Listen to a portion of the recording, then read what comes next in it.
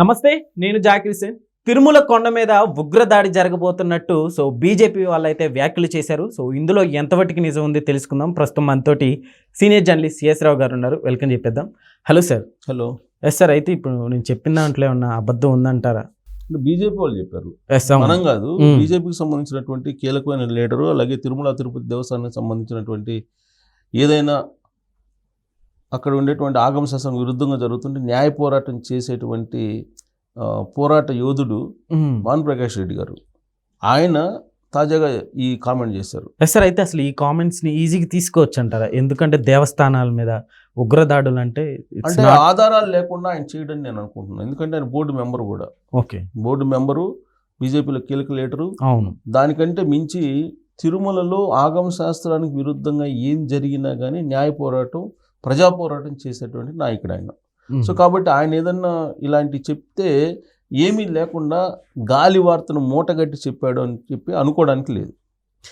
ఆ మాట చెప్పేటప్పుడు ఖచ్చితంగా ఆయన ఇంటెలిజెన్స్కి సంబంధించినటువంటి ఇన్ఫర్మేషన్ ఏదో ఉండి ఉంటుంది. సెంట్రల్ ఇంటెలిజెన్స్దో, స్టేట్ ఇంటెలిజెన్స్దో ఏదో ఒక ఇన్ఫర్మేషన్ ఉంటుంది. ఎందుకంటే తిరుమల తిరుపతి దేవస్థానం బోర్డు మెంబర్ కూడా ఆయన.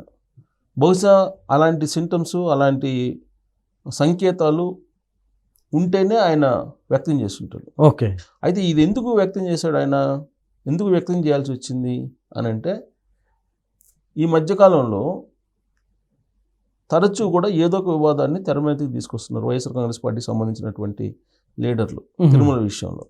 ఓకే. ప్రత్యేకించి తిరుమల తిరుపతి దేవస్థానం మాజీ చైర్మన్ కరుణాకర్ రెడ్డి గారు ఏదో ఒక వివాదాస్పదమైనటువంటి అంశాలని మీడియా ముఖంగా తీసుకొస్తున్నారు.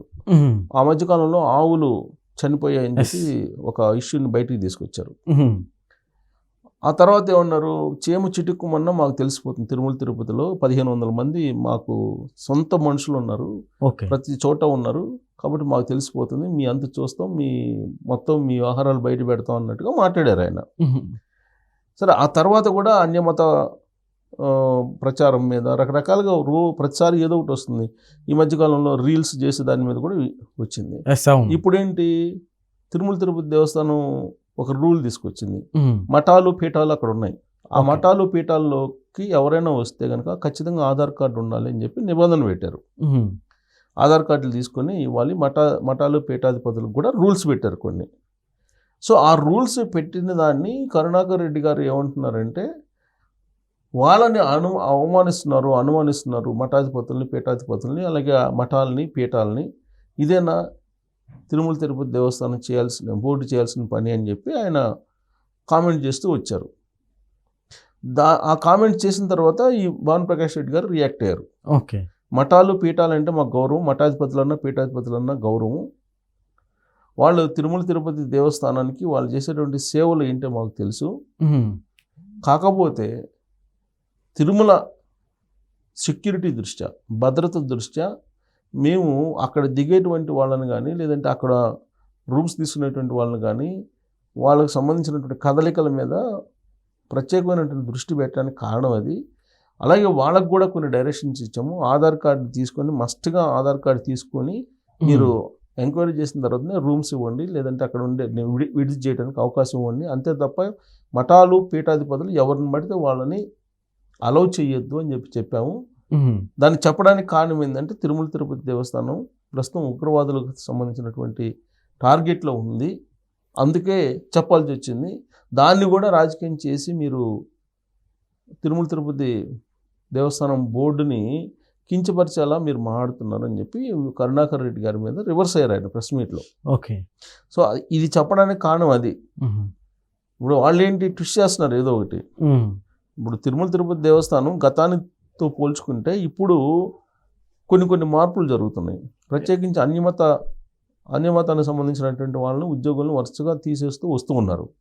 అలాగే కొన్ని మార్పులు ఈ మధ్యకాలంలో మళ్ళా 2 అవర్స్లోనే దర్శనం కావడానికి ఆర్టిఫిషియల్ ఇంటెలిజెన్స్ను ఉపయోగించాలని చెప్పి ఒక నిర్ణయం తిరుమల తిరుపతి దేవస్థానం బోర్డు తీసుకుంది. దానికి సంబంధించి ఏదో టీసీఎస్, ఇంకొక కంపెనీ గూగుల్ టీసీఎస్, ఈ రెండు ముందుకు వచ్చాయి. ఓకే. ముందుకు వచ్చి ఉచితంగానే ఈ ట్రయల్ వేద్దామని చెప్పారట. ఇది బోర్డు చెబుతుంది దాని ప్రకారం. ఈలోపు ఎల్వి సుబ్రహ్మణ్యం గారు తిరుమల తిరుపతి దేవస్థానానికి సంబంధించినటువంటి మాజీ ఈఓ ఆయన ఇది సాధ్యం కాదు, అనవసరంగా ఆ డబ్బులు ఖర్చు చేయకుండా అనవసరం దానికి ఖర్చులు పెట్టద్దు, మీరు వచ్చినటువంటి భక్తులకు సౌకర్యాలు కల్పించండి చాలు, అక్కడ సౌకర్యాలు సక్రమంగా అందట్లేదు అనేటువంటి కామెంట్స్ ఆయన చేశారు. ఓకే. సో ఆ కామెంట్స్ చేసినటువంటి తరుణంలోనే ఈ కరుణాకర్ రెడ్డి గారు కూడా ఈ ఇష్యూని బయటికి తీసుకొచ్చారు, మఠాధిపతులు పీఠాధిపతుల వ్యవహారం. దీంతో కొంత గందరగోళం ఏర్పడింది.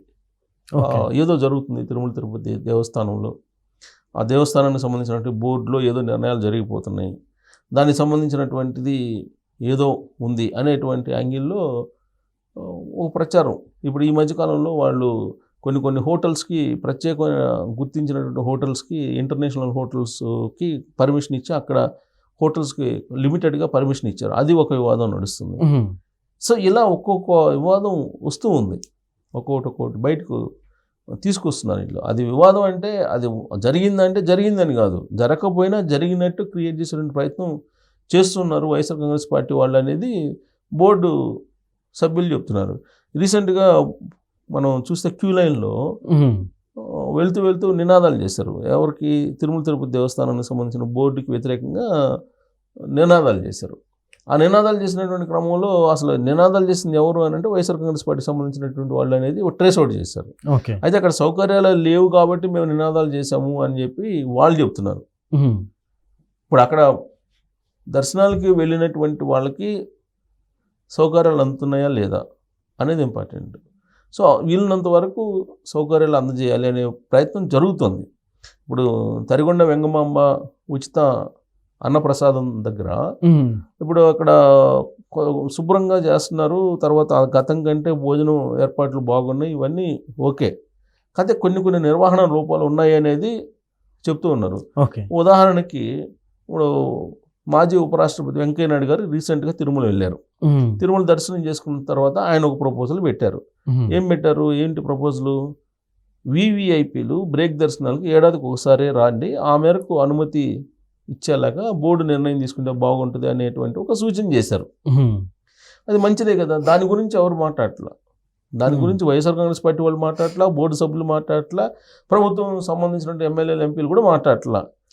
ఇప్పుడు అది కనుక చేస్తే ఏది విఐపి బ్రేక్ దర్శనాలని ఈ విఐపి వాళ్ళకి కేవలం ఏడాదికి ఒకసారి మాత్రమే అని చెప్పి పెడితే చాలా వరకు సామాన్య భక్తులకి దర్శనం ఫ్రీ అయిపోతుంది. కానీ అది చేయడానికి ఎవరు సిద్ధంగా ఉండరు. ఎందుకంటే అటు వైసీపీ వాళ్ళు డిమాండ్ చేయరు దాన్ని, అటు ప్రభుత్వం ఆలోచన చేయదు, బోర్డు అయితే అసలు ఆలోచన చేయదు. సో అది ఆలోచన చేయాలి. ఉపరాష్ట్రపతి వెంకయ్య నాయుడు గారు ఊరికే పెట్టలేదు ప్రపోజల్. ఆయన ఎంతో అనుభవంగానేటువంటి లీడర్ ఆయన. పైగా ఇలాంటి ఆ సమస్యల మీద ఎంతో అధ్యయనం చేసిన తర్వాత, ఎంతోమంది దగ్గర నుంచి ఆయన అభిప్రాయాలను విన్న తర్వాతే ఆ ప్రపోజల్ పెట్టారు ఆయన. సో దాని గురించి చెప్పకుండా ఇవన్నీ ఈ మఠాలు పీఠాలు ఆవులు చనిపోయినాయి, లేకపోతే క్యూ లైన్లో నినాదాలు ఇవన్నీ వస్తున్నాయి. అన్యమత ప్రచారం చేస్తున్నారు కొంతమంది, లేదంటే అక్కడ స్టాల్స్ పెట్టుకున్నారు కొంతమంది, లేదంటే అక్కడ హోటల్స్ పెట్టుకున్నారు, ఇవన్నీ వస్తాయి. వాస్తవంగా విఐపి బ్రేక్ దర్శనాలను ఏడాదికి ఒకసారి మాత్రం ఒకళ్ళకి అని పెడితే చాలా వరకు సమస్య పరిష్కారం అవుతుంది. సామాన్య భక్తులకి ఫ్రీగానే దర్శనం చేసుకోవచ్చు. ఎల్వి సుబ్రహ్మణ్యం గారు అది చెప్పాలి, ఆర్టిఫిషియల్ ఇంటెలిజెన్స్ కారణంగా ఉపయోగం లేదు, ఆర్టిఫిషియల్ ఇంటెలిజెన్స్ పెట్టినంత మాత్రాన మీకు 2 అవర్స్లో అసలు అయ్యే ప్రసక్తే లేదు దర్శనం అని చెప్పారు ఆయన. మీరు మీ ప్రయత్నాలు అనవసరం, మీ ప్రయత్నాలు విరమించుకోండి అని చెప్పారు. అది ఓకే, ఆయనకున్న ప్రకారం చెప్పారు, అది ఓకే. అదే ఆయన ఇలాంటి డిమాండ్ ఆయన కూడా చేసినట్టయితే, ఇది వెంకయ్యనాయుడు గారు చేసిన డిమాండ్ కొద్దిగా బలం పెరిగేదా ఆ డిమాండ్కి. ఇప్పుడు ఆన్లైన్లో 300 రూపాయలు లేదంటే ఆర్జిత సేవలు ఏదైనా ఆన్లైన్లో మీరు బుక్ చేసుకోవాలంటే 3 months గడువు పెడుతున్నారు. 3 months తర్వాతనే మీరు మళ్ళీ 3 months లోపల మీకు ఎలాంటి దర్శనం ఉండదు, అది నిబంధన. మరి విఐపి బ్రేక్ దర్శనాలు కిందకి పెట్టరు. ఇవాళ వచ్చిన వాళ్ళు రేపు వస్తున్నారు, లేదు ఈ వారం వచ్చిన వాళ్ళు వచ్చే వారం వస్తున్నారు విఐపి బ్రేక్ దర్శనాలకి. ఎట్టొస్తారు? మరి వాళ్ళకు కూడా నిబంధనలు ఉండాలి కదా. ఇది కదా చర్చ జరగాల్సింది. ఇది కాకుండా ఈ ఇతర అంశాల మీద దాన్ని రాజకీయం చేస్తున్నారు, తిరుమల కొండని. సో రాజకీయం చేస్తూ ఇప్పుడు ఉగ్రవాదులు దాన్ని టార్గెట్ చేశారు అనేటువంటి పరిస్థితి తీసుకొచ్చారు.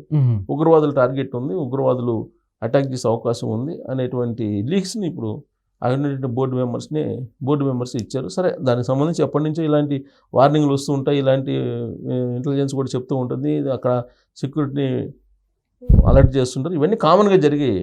ఇప్పుడు ఏదో ఉగ్రవాద దాడి జరిగిపోతుంది అనే అని కాదు కానీ బట్ సెక్యూరిటీని టైటన్ చేసేటువంటి క్రమంలో మఠాలు పీఠాలు వీటన్నిటికి కూడా కొన్ని డైరెక్షన్ ఇచ్చారని చెప్పి ఆయన చెప్తున్నారు. అంత మాత్రం చేత ఉగ్రవాదులు దాడి చేసే అంత సీను అక్కడ ఉండదు. Okay sir, thank you.